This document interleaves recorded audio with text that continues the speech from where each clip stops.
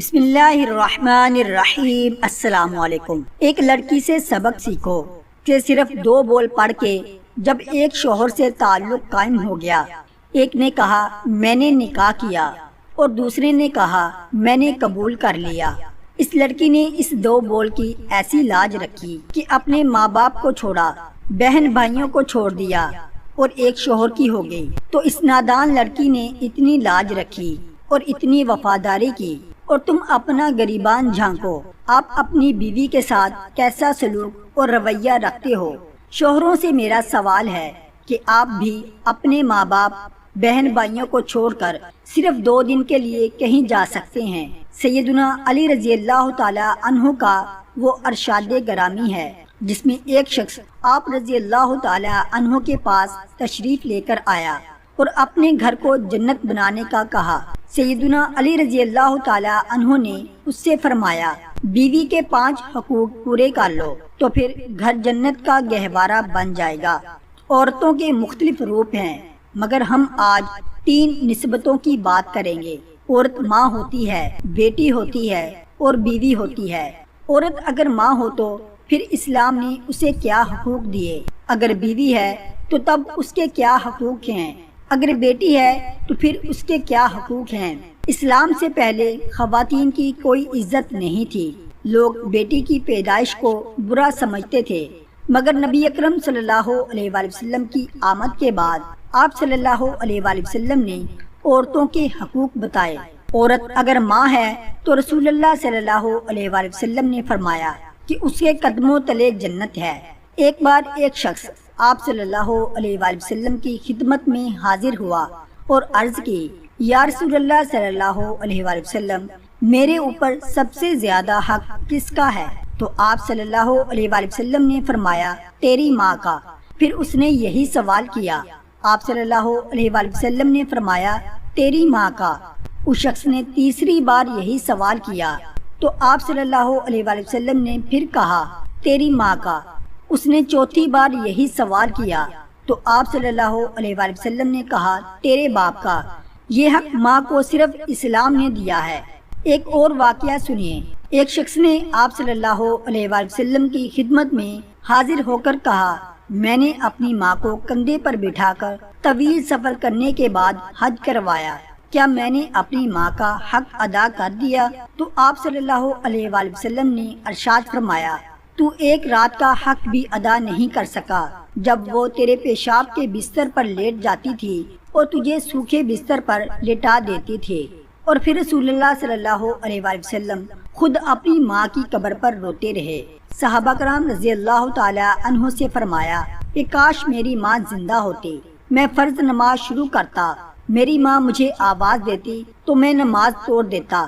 عورت اگر بیوی ہو تو پھر اسلام کیا کہتا ہے؟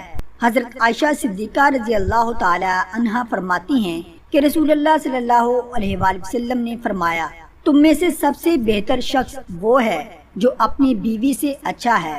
پھر فرمایا میں اپنے گھر والوں سے سب سے زیادہ اچھا ہوں۔ نون نفقہ اور زوجیت کا حصول بیوی کا حق اور شوہر کے ذمے فرض ہے۔ مالی حالات کے مطابق کھانے پینے کی ضروریات زندگی اور رہائش کی اچھی سہولیات فراہم کرنا شوہر کے ذمہ ہے۔ رسول اکرم صلی اللہ علیہ وآلہ وسلم نے خطبہ حجۃ الوداع میں عورتوں کے بارے میں خصوصی تاکید اور وصیت فرمائی۔ عورت اگر بیٹی ہے تو اسلام اسے بھی حقوق دیتا ہے۔ حضرت ابو سعید خدری رضی اللہ تعالی عنہ سے روایت ہے کہ نبی اکرم صلی اللہ علیہ وآلہ وسلم نے ارشاد فرمایا جس شخص کی 3 بیٹیاں یا 3 بہنیں ہوں یا 2 بیٹیاں یا 2 بہنیں ہوں وہ ان کے ساتھ بہت اچھے طریقے سے زندگی گزارے، یعنی ان کے جو حقوق شریعت نے مقرر فرمائے ہیں وہ ادا کرے، ان کے ساتھ احسان اور اچھے سلوک کا معاملہ کرے، ان کے ساتھ اچھا برتاؤ کرے اور ان کے حقوق کی ادائیگی کے سلسلے میں اللہ سے ڈرتا رہے تو اللہ تعالیٰ اس کی بدولت اس کو جنت میں داخل فرمائیں گے۔ حضرت ابو ہریرہ رضی اللہ تعالی عنہ سے بھی مروی ہے، مگر اس میں اتنا ہی اضافہ ہے کہ آپ صلی اللہ علیہ وآلہ وسلم کے ارشاد فرمانے پر کسی نے سوال کیا کہ اگر کسی کی ایک بیٹی ہو تو کیا وہ اس ثواب سے محروم رہے گا؟ آپ صلی اللہ علیہ وآلہ وسلم نے فرمایا جو شخص ایک بیٹے کی اسی طرح پرورش کرے اس کے لیے بھی جنت ہے۔ حضرت عائشہ رضی اللہ تعالی عنہا فرماتی ہیں، حضور اکرم صلی اللہ علیہ وآلہ وسلم نے ارشاد فرمایا، جس شخص پر لڑکیوں کی پرورش اور دیکھ بھال کی ذمہ داری ہو اور وہ اس کو صبر و تحمل سے انجام دے تو یہ لڑکیاں اس کے لیے جہنم سے آڑ بن جائیں گی۔ حضرت انس رضی اللہ تعالی عنہ سے روایت ہے کہ نبی کریم صلی اللہ علیہ وآلہ وسلم نے ارشاد فرمایا، جس شخص کی 2 یا 3 بیٹیاں ہوں اور وہ ان کی اچھے انداز سے پرورش کرے اور جب وہ شادی کے قابل ہو جائیں تو ان کی شادی کر دے تو میں اور وہ شخص جنت میں اس طرح داخل ہوں گے جس طرح یہ دونوں انگلیاں ملی ہوئی ہیں۔ حضرت عائشہ صدیقہ رضی اللہ تعالی عنہا سے ایک قصہ منقول ہے۔ وہ فرماتی ہیں کہ ایک خاتون میرے پاس آئی جس کے ساتھ اس کی 2 لڑکیاں تھیں۔ اس خاتون نے مجھ سے کچھ سوال کیا۔ اس وقت میرے پاس سوائے ایک کھجور کے اور کچھ نہیں تھا۔ وہ کھجور میں نے اس عورت کو دے دی۔ اس اللہ کی بندی نے اس کھجور کے 2 ٹکڑے کیے اور ایک ٹکڑا دونوں بچیوں کے ہاتھ پر رکھ دیا، خود کچھ نہیں کھایا، حالانکہ خود بھی اسے ضرورت تھی۔ اس کے بعد وہ خاتون بچیوں کو لے کر چلی گئی۔ تھوڑی دیر بعد حضور اکرم صلی اللہ علیہ وآلہ وسلم تشریف لائے تو میں نے اس خاتون کے آنے اور ایک کھجور کے 2 ٹکڑے کر کے بچیوں کو دینے کا پورا واقعہ سنایا۔ آپ صلی اللہ علیہ وآلہ وسلم نے ارشاد فرمایا، جس کو 2 بچیوں کی پرورش کرنے کا موقع ملے اور وہ ان کے ساتھ شفقت کا معاملہ کرے تو وہ بچیاں اس کو جہنم سے بچانے کے لیے آڑ بن جائیں گی۔ خود رسول اکرم صلی اللہ علیہ وآلہ وسلم کا عمل کیسا تھا؟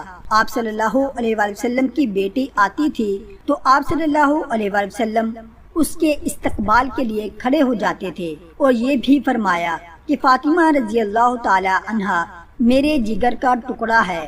ایک روایت ہے کہ عورت ماں ہو تو اس کے قدموں تلے جنت ہے، بیوی ہو تو شوہر کے لیے نصف ایمان ہے، اگر بیٹی ہو تو باپ کے لیے رحمت ہے۔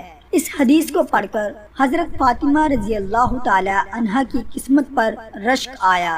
حضرت فاطمہ رضی اللہ تعالی عنہا ان بچوں کے لیے جنت ہیں جو جنتی جوانوں کے سردار ہیں، اس شوہر کے لیے نصف ایمان ہے جو خود کامل ایمان ہے، اس باپ کے لیے رحمت ہے جو خود رحمت للعالمین ہے۔ یہ مقام حضرت فاطمہ رضی اللہ تعالی عنہا کے علاوہ دنیا کی کسی اور عورت کے حصے میں نہیں آیا۔ یہ منفرد مقام صرف حضرت فاطمہ رضی اللہ تعالی عنہا کو حاصل ہے۔ گھر کو پرسکون بنانا چاہتے ہو تو 5 کام کریں۔ حضرت علی رضی اللہ تعالی عنہ سے سوال کیا گیا کہ گھر کی پریشانیوں بربادی کے اسباب کیا ہیں تو آپ رضی اللہ تعالی عنہ نے فرمایا، گھر کی بربادی کے 5 اسباب یہ ہیں۔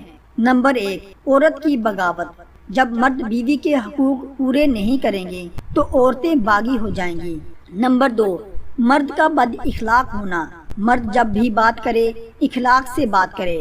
نمبر 3، عورت کا شکریہ ادا نہ کرنا کیونکہ وہ احساس کی مٹی سے بنی ہوتی ہے۔ نمبر 4، عورتوں کا ہاتھ نہ بٹانا۔ نمبر 5، عورتوں کا خیال نہ رکھنا۔ جو شخص یہ 5 کام کرے گا اس کا گھر تباہ ہو جائے گا۔